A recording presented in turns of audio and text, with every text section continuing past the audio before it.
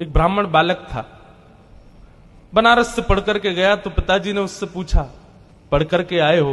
बोले हाँ। गुरुजी ने सब पढ़ा दिया? बोले हाँ। बताओ पाप के बाप का नाम क्या है? तो ब्राह्मण बालक ढूंढने लगा सब जगह, पोथियां खोल खोल के। बोले गुरुजी ने ये तो नहीं पढ़ाया, पाप के बाप कौन है? बोले जाओ गुरुजी से पूछ के आओ या ढूंढ के आओ, और जब तक तुमको पाप का बाप ना मिले घर नहीं आना।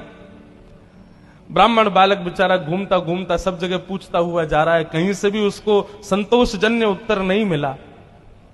तभी वो एक वैश्या के पास गया। थी वो वैश्या, लेकिन ब्राह्मण बालक को नहीं पता था।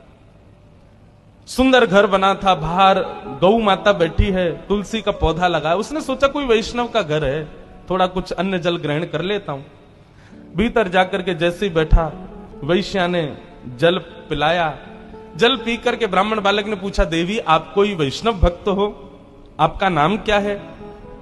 वैश्या ने अपना नाम बताया और कहा, मैं कोई वैष्णव नहीं हूं, मैं इस नगर की वैश्या हूं। जैसे ही बालक ने सुना वैश्या, पानी का गिलास दूर फेंक दिया।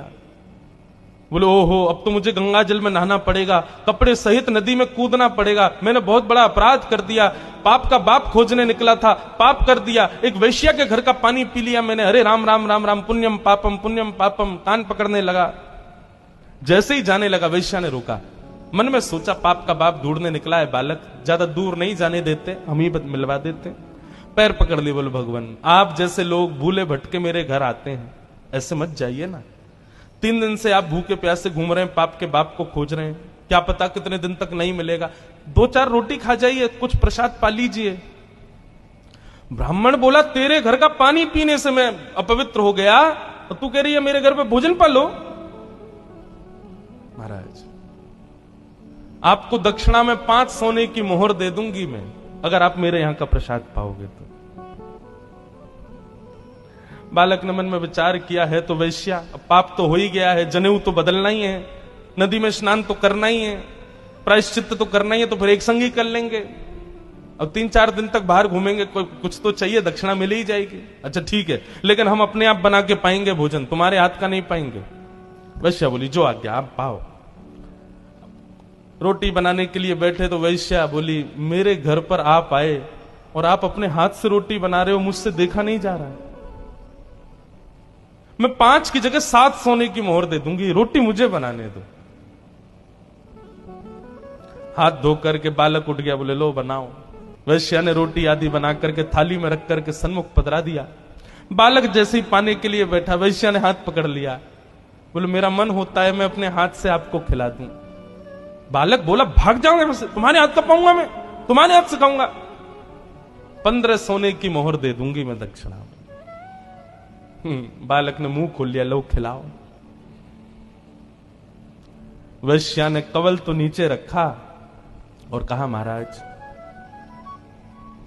अपने पिताजी को जाकर के कह दीजिएगा, पाप के बाप का नाम है लोभ। बताइए, आप मेरे घर का जल पीना पसंद करते हैं? कभी नहीं। आपको पता चल गया कि मैं वैश्या हूं, उसके बाद मेरे घर का भोजन पाना चाहिए था? नहीं पाना चाहिए था। मेरे हाथ की बनी रोटी खानी चाहिए थी? नहीं खानी चाहिए थी। मेरे हाथ से आपको खाना चाहिए था? नहीं। ये सब आपने क्यों किया? बोले तुम्हारी श्रद्धा। बोले श्रद्धा नहीं, झूठ मत बोलिए, सब दक्षिणा।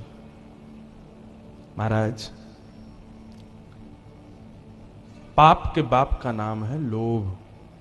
लोभ किसे कहते हैं?